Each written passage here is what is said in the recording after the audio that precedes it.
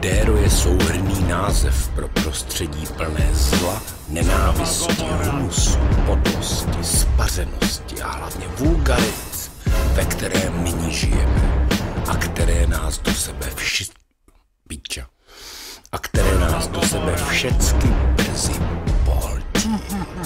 Déro může být šířeno slovem nebo činem, vždy za účelem pohoršení běžných obyvatel.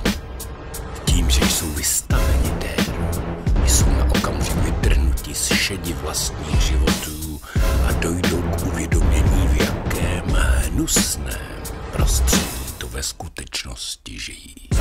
Když si to uvědomí dostatek lidí, možná se náš svět stane lepším místem. Nastává éra